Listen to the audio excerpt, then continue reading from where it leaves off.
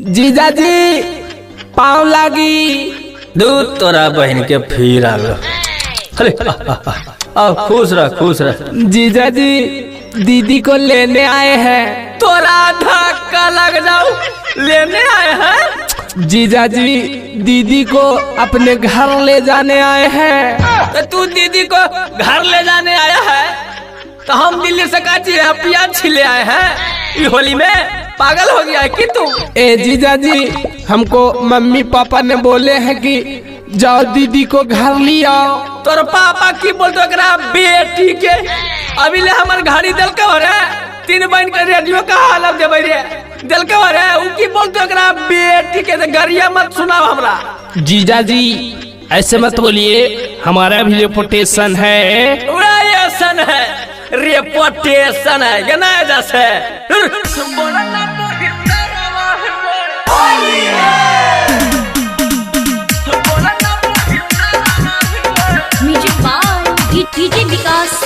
Mix by DJ star. Bholenath recording studio Banawar Bishunganj. हे रे होलिया में मौगी के लेके जो न छोटका सरवा रे। अरे होलिया में मौगी के लेके जो न नई हरवा रे। अरे के गरा में रंगवा डलवई बोल ना बहिन फरवा रे। अरे के गरा में रंगवा डलवई बोल ना बहिन फरवा रे। अरे होलिया में छोड़ के अलियै दिल्ली शहरवा रे। मौगी एला छोड़ के अलियै दिल्ली शहरवा रे। अरे के गरा में रंगवा डलवई बोल ना बहिन फरवा रे।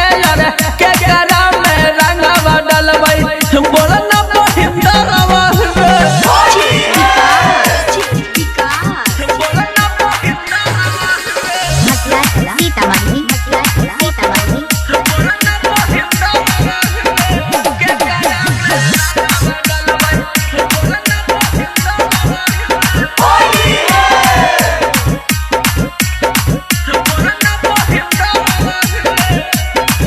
रे सारा भाई अपने खैबी बुआ फुलौरी हम की खैबै रे। लेके जाही होली में मौगी के हम की झाल बजेबै रे। आई भोलेनाथ रिकॉर्डिंग स्टूडियो बानावर बिशुनगंज। रे सारा भाई अपने खैबी बुआ फुलौरी हम की खैबै रे। लेके जाही होली में मौगी के हम की झाल बजेबै रे। अरे मार के माथवा फाड़ी देबो बहिन छिनरवा रे। मार के माथवा फाड़ी देबो बहिन छिनरवा रे। अरे के गरा में रंगवा डलबै बोल ना बहिन फरवा रे। अरे के गरा में रंगवा डलबै बोल ना बहिन फरवा रे। बोल ना बहिन फरवा रे।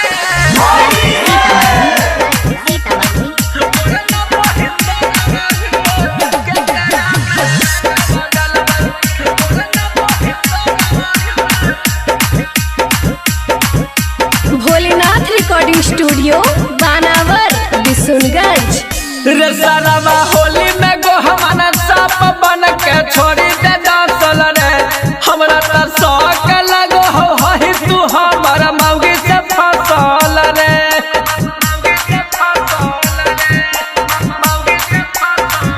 रे सारावा होली में गो हमारा साप बन के छोड़ी दे दासल रे।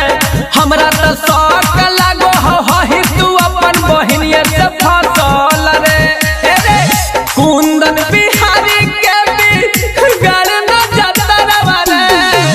राइटर रवि के भी गाल न जतरवा रे। के गरा में रंगवा डलबै बोल ना बहिन फरवा रे। अरे के गरा में रंगवा डलबै बोल ना बहिन दरा रे। बोले रे तेरा बहिन के गरा में डलबै गए। अम्माया बंदा रे इनो साल लेके चल गए।